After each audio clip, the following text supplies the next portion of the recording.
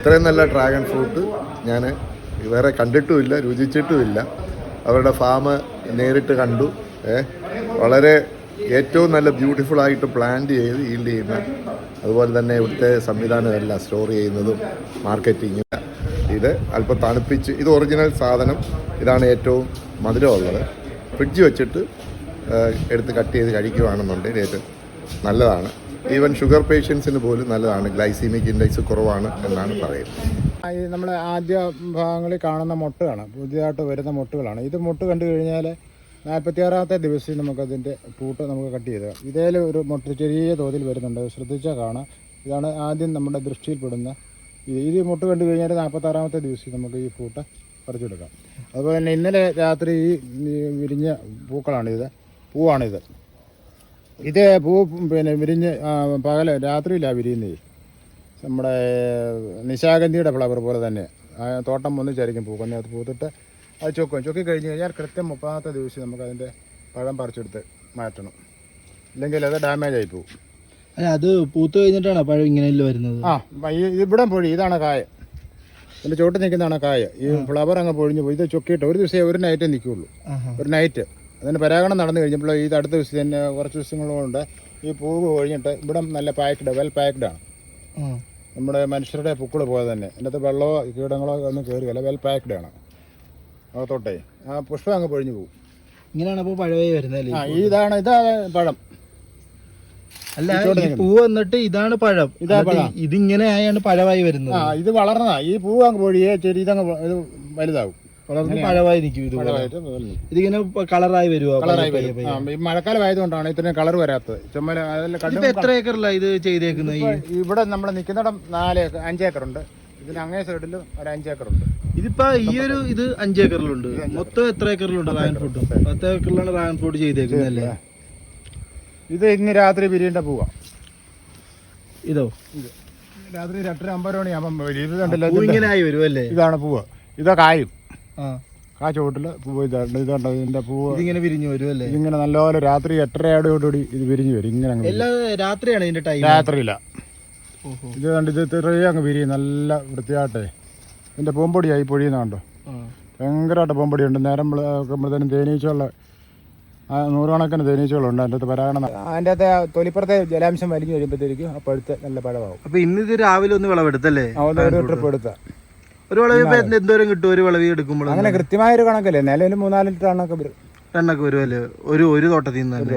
Calcium, iron, magnesium, phosphorus, protein, carbohydrate, fibre, sugar, fat calorie എന്നിവയെല്ലാം dragon ഫ്രൂട്ടിലുണ്ട്. വാർദ്ധക്യവും cancer പോലുള്ള രോഗങ്ങളും അകറ്റി നിർത്താനും ഡ്രാഗൺ ഫ്രൂട്ട് സഹായിക്കും.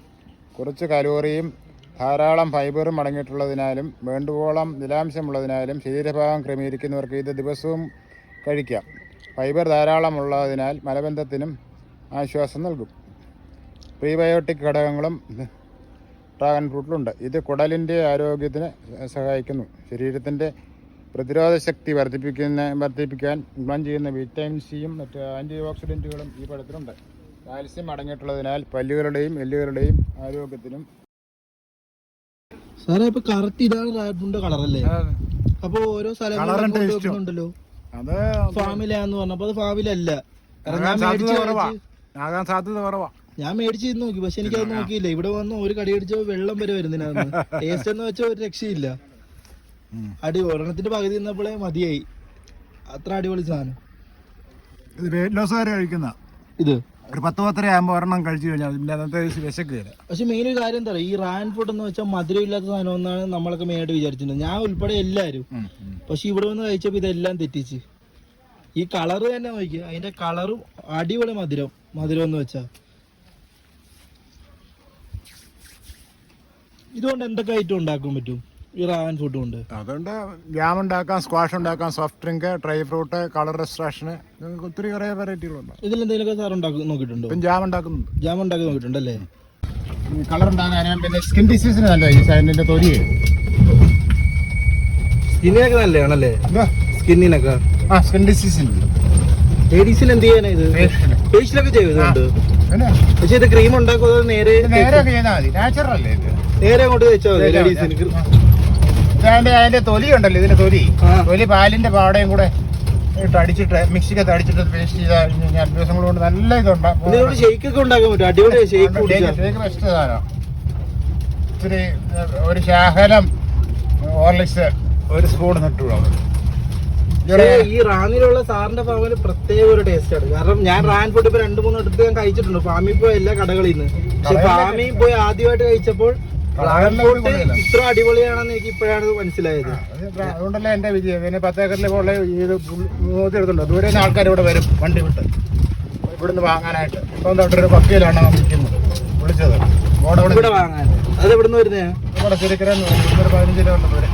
അവിടുന്ന് ഇവിടം വരെ വന്ന് വാങ്ങിക്കൊണ്ട് പോകുന്നത്. കാരണം മടശ്ശേരിക്കടന്നല്ല, ഞാൻ പറയുവാണ് ഒരു കൊല്ലത്തുനിന്നായാലും ഇപ്പൊ ആലപ്പുഴ ഇവിടുന്ന് ഞാൻ വന്ന് എവിടുന്ന് വന്നാലും ഇവിടുന്ന് മേടിച്ചാൽ നിങ്ങൾക്ക് നഷ്ടമാകത്തില്ല ഈ റൂട്ടിൽ പോകുന്നവരാണെങ്കിൽ. കാരണം അതും ആ ഒരു ടേസ്റ്റ് ഉണ്ട്. മെയിനായിട്ട് അത് മുറിക്കുമ്പോൾ തന്നെ നമുക്ക് മനസ്സിലാവും. കയ്യിലെ കളർ അവരെ ഇടുന്നുണ്ട്. അപ്പൊ നിങ്ങൾക്ക് ഇത് റാൻ ഫുഡ് വേണമെന്നുണ്ടെങ്കിൽ സാറിനെ കോൺടാക്ട് ചെയ്താൽ മതി. കോൺടാക്ട് ചെയ്യുമ്പോൾ ഡീറ്റെയിൽസ് ഒക്കെ പറയുമല്ലോ. അപ്പോൾ നമ്മളിപ്പോൾ പോയിക്കൊണ്ടിരിക്കുന്നത് സാറിന്റെ ഗോഡൌണിലൂടെയാണ്. ഇതാണ് സാറിന്റെ ഗോഡൌൺ. ഇവിടെ സ്റ്റോക്ക് ചെയ്തൊക്കെ വെച്ചിട്ടുണ്ട്. അത് ഞാൻ നിങ്ങളെ ഒന്ന് കാണിച്ചു തരാം.